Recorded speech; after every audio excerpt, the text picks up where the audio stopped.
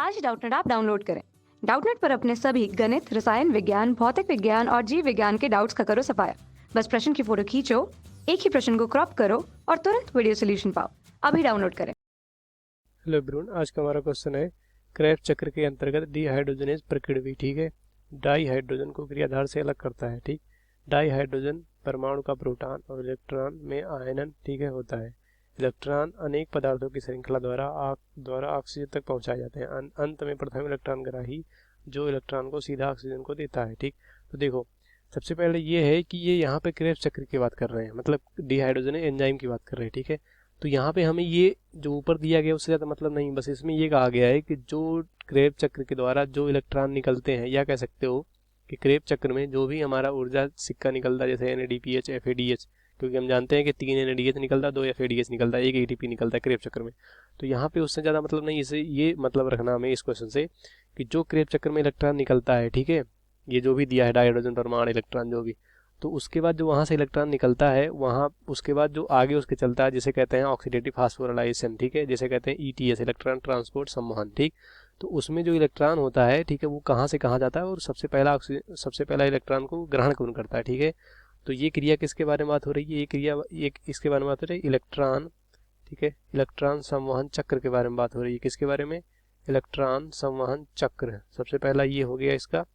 उसके बाद दूसरा ये हो गया, ये चक्र पाया कहाँ जा रहा है, ये पाया जा रहा है हमारा माइटोकॉन्ड्रिया में। कहाँ पे? माइटोकॉन्ड्रिया में पाया जा रहा है, ये दूसरा हो गया। उसके बाद तीसरा हो गया, इससे मिलता क्या है, जो ETS चलता है, देखो हम जानते हैं कि हम क्या जमा होता है, ये इसमें क्या मिलता है, इसमें NADH मिलता है।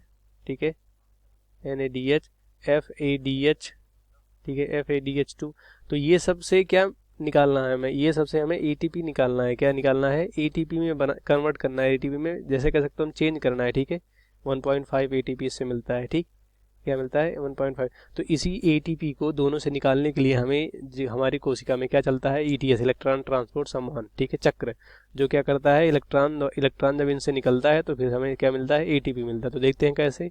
हमारे पास ये है, ठीक है, और 4 ऑप्शन दिए गए हैं। सबसे पहले DNA है, दूसरा यूबिक्विनोन है, तीसरा साइटोक्रोम है, तीसरा साइटोक्रोम है, चौथा साइटोक्रोम A है, और यहाँ पे A3 दिया है।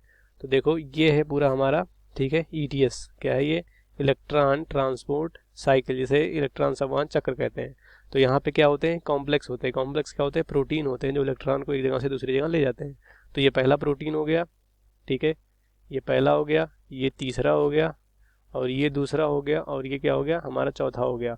तो तीसरे और चौथे को जोड़ने वाला ये दूसरा होता है। ठीक, तो देखो यहाँ से NADH था, यहाँ से इलेक्ट्रॉन निकला और हाइड्रोजन निकला, ये FeS से सल्फर, ठीक है, आयरन सल्फर कॉम्प्लेक्स से ये यूबिक्विनोन में गया। ठीक है, यूबिक्विनोन से फिर कहाँ गया, ये यूबिक्विनोन से तीसरे के पास गया, तीसरे से फिर कहाँ गया, दूसरे में, और दूसरे के बाद कहाँ गया, चौथे में।